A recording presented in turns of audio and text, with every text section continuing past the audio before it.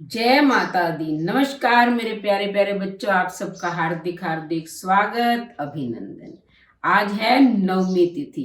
आज माँ भगवती का नवा नवरात्रा है और आज के दिन माँ भगवती के सिद्धिदात्री स्वरूप की पूजा आराधना की जाती है।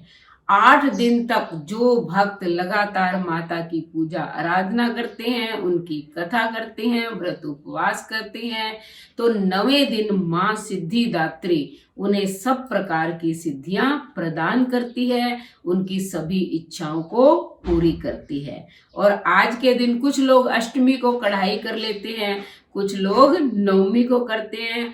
हलवा पूड़ी सब्जी बनाकर कन्याओं का पूजन किया जाता है और यथाशक्ति उन्हें दक्षिणा दी जाती है।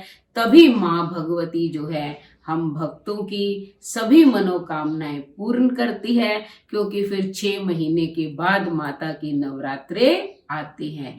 इतने हमारा समय जो है कल्याणमय और मंगल कारक जो है व्यतीत होता है माँ की कृपा से।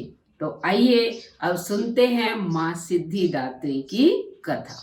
सिद्ध गंधर्व वै अक्षाद्यैर् सुरै अपि सेव्यमाना सदा भूयात् सिद्धिदा सिद्धिदायनी। माँ दुर्गा जी की नवी शक्ति का नाम सिद्धिदात्री है। ये सभी प्रकार की सिद्धियों को देने वाली हैं। मार्कंड्य पुराण के अनुसार अनिमा, महिमा, गरिमा, लघिमा प्राप्ति, प्राकम्य, ईशित्व और वशित्व, ये 8 सिद्धियां होती हैं। ब्रह्म वैवर्त पुराण के श्री कृष्ण जन्म खंड में यह संख्या 18 बताई गई है।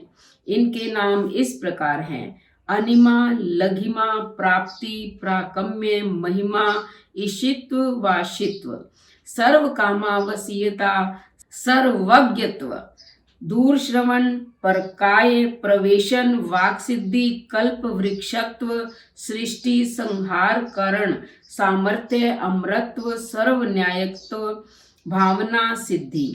माँ सिद्धिदात्री भक्तों और साधकों को ये सभी सिद्धियां प्रदान करने में समर्थ है। देवी पुराण के अनुसार भगवान शिव ने इनकी कृपा से ही इन सिद्धियों को प्राप्त किया था। इनकी अनुकंपा से ही भगवान शिव का आधा शरीर देवी का हुआ था। इसी कारण वे लोक में अर्धनारीश्वर नाम से प्रसिद्ध हुए। माँ सिद्धिदात्री 4 भुजाओं वाली है। इनका वाहन सिंह है। ये कमल पुष्प पर भी आसीन होती हैं। इनकी दाहिनी तरफ के नीचे वाले हाथ में चक्र, ऊपर वाले हाथ में गदा तथा बाईं तरफ के नीचे वाले हाथ में शंख और ऊपर वाले हाथ में कमल पुष्प है। नवरात्र पूजन के 9वें दिन इनकी उपासना की जाती है। इस दिन शास्त्रीय विधि विधान और पूर्ण निष्ठा के साथ साधना करने वाले साधक को सभी सिद्धियों की प्राप्ति हो जाती है। सृष्टि में कुछ भी उसके लिए अगम्य नहीं रह जाता। ब्रह्मांड पर पूर्ण विजय प्राप्त करने की सामर्थ्य उसमें आ जाती है। प्रत्येक मनुष्य का यह कर्तव्य है कि वह माँ सिद्धिदात्री की कृपा प्राप्त करने का निरंतर प्रयत्न करे, उनकी आराधना की ओर अग्रसर हो। इनकी कृपा से अनंत दुख रूप संसार से निर्लिप्त रहकर सारे सुखों का भोग करता हुआ वह मोक्ष को प्राप्त कर सकता है।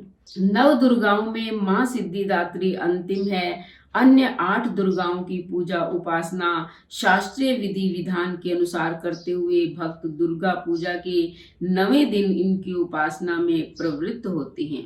इन सिद्धिदात्री माँ की उपासना पूर्ण कर लेने के बाद भक्तों और साधकों की लौकिक पारलौकिक सभी प्रकार की कामनाओं की पूर्ति हो पाती है। लेकिन सिद्धिदात्री माँ के कृपा पात्र भक्त के भीतर कोई ऐसी कामना शेष बचती ही नहीं है जिसे वह पूर्ण करना चाहे। वह सभी सांसारिक इच्छाओं, आवश्यकताओं और स्पृहाओं से ऊपर उठकर मानसिक रूप से माँ भगवती के दिव्य लोकों में विचरण करता हुआ, उनके कृपा रस पीयूष का निरंतर पान करता हुआ विषय भोग शून्य हो जाता है।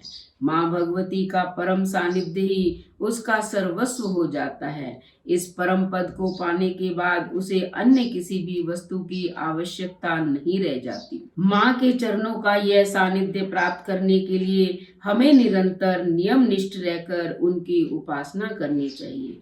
माँ भगवती का स्मरण, ध्यान, पूजन हमें इस संसार की असारता का बोध कराते हुए वास्तविक परम शांतिदायक अमृत पद की ओर ले जाने वाला है। तो बेटा, आप सबको भी ये नवरात्रि मंगलकारी और शुभ देने वाली हो। आपकी सभी सिद्धियां जो है माँ सिद्धिदात्री की कृपा से संपन्न हो जाए, आपकी सभी मनोकामनाएं पूर्ण हो। जिन्होंने ये 9 दिन तक माँ की नवरात्रि की, माँ के 9 स्वरूपों की कथा सुनी है, मैं भगवान से प्रार्थना करती हूँ, माँ दुर्गा से प्रार्थना करती हूँ कि आप सभी की सभी इच्छाएं पूर्ण करे, आप जीवन में आगे बढ़े, सारी सफलताएं आपको प्राप्त हों। तो अब माँ सिद्धिदात्री के नाम से जो है चैनल को जो नए आए हैं फटाफट सब्सक्राइब करें, लाइक और शेयर करें, कमेंट करें और बेल आइकन के बटन को दबाएं ताकि अगली कथा या कहानी का नोटिफिकेशन सबसे पहले आपको मिले। धन्यवाद।